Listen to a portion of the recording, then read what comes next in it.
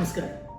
ഇന്ന് പറയുന്നത് ഫെബ്രുവരി 21, 2024 change health care എന്ന് പറയുന്ന അമേരിക്കയിലെ ഏറ്റവും വലിയ മെഡിക്കൽ ഇൻഷുറൻസ് നെറ്റ്വർക്കിന് സംഭവിച്ച റാൻസം അറ്റാക്കിനെ കുറിച്ചാണ്. ഇതുവരെയുള്ള വീഡിയോകൾ കാണാത്തവർക്കായിട്ട് അതിൻ്റെ ലിങ്ക് ഡിസ്ക്രിപ്ഷനിലുണ്ട്. സമയം പോലെ കണ്ട് അഭിപ്രായം പറയുമല്ലോ. ഇത് റിപ്പോർട്ട് ചെയ്തത് VOA ന്യൂസാണ്.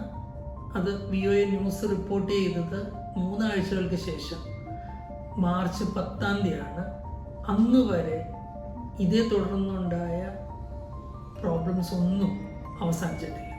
അമേരിക്കയിലെ 1/3 ആളുകളുടെ ഇൻഷുറൻസ് പ്രോസസ് ചെയ്യുന്ന കമ്പനിയാണ് ചേഞ്ച് ഹെൽത്ത് കെയർ എന്ന് പറയുന്നത്. അതായത് 15 billion transactions in A year. ആ ഡേറ്റയാണ് ബ്ലാക്ക് കാറ്റ് എന്ന് പറയുന്ന ഹാക്കർ ടീം ഹാക്ക് ചെയ്തത്, കൺട്രോളിലാക്കിയത്. ഇത്രയും വലിയൊരു നെറ്റ്വർക്കിൽ ഇത്രയും ആളുകളെ ബാധിക്കുന്ന ഒരു പ്രശ്നമാകുമ്പോൾ അതെങ്ങനെ ഇമ്പാക്ട് ചെയ്തെന്ന് നമുക്ക് ആലോചിക്കാവുന്നതല്ലേ ഉള്ളൂ.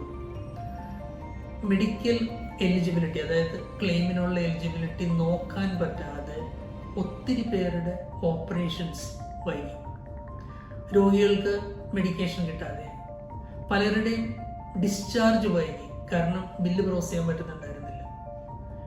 ഇങ്ങനെയൊരു അവസ്ഥ വന്നത് നമുക്ക് ആലോചിക്കാനും പോലും പറ്റാത്തതിൻ്റെ അപ്പുറത്തായിരിക്കും അത് അനുഭവിച്ചവരുടെ വിഷമവും വേദനകളും.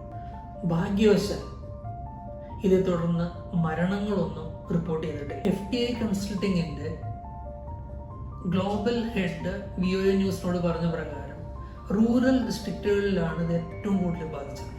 കാരണം അവിടുന്ന് ഒരു ചെറിയ ഹോസ്പിറ്റൽ ഉണ്ടാവും. ആ ഹോസ്പിറ്റലിൽ 10-9 ബെഡ് ഉണ്ടാവുള്ളൂ.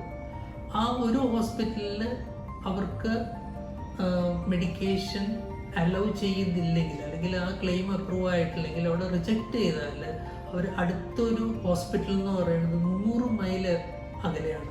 അപ്പോൾ അങ്ങനെയുള്ള ആ ഒരു ബുദ്ധിമുട്ടുകൾ അദ്ദേഹം നേരിൽ കണ്ടതായിട്ട് റിപ്പോർട്ട് ചെയ്യുന്നുണ്ട്.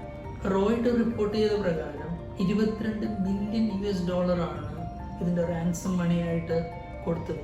പക്ഷേ ഇതിനെക്കുറിച്ച് കമൻറ്റ് ചെയ്യാൻ 2 പാർട്ടികളും തയ്യാറായിരുന്നില്ല. CISAയുടെ ചീഫ്, അതായത് സൈബർ സെക്യൂരിറ്റിയുടെ ചീഫ് ഗബ്രിയൽ ഡേവിസ്, അദ്ദേഹം പറഞ്ഞത് ഇവിടെ വളരെ പ്രസക്തമാണ്.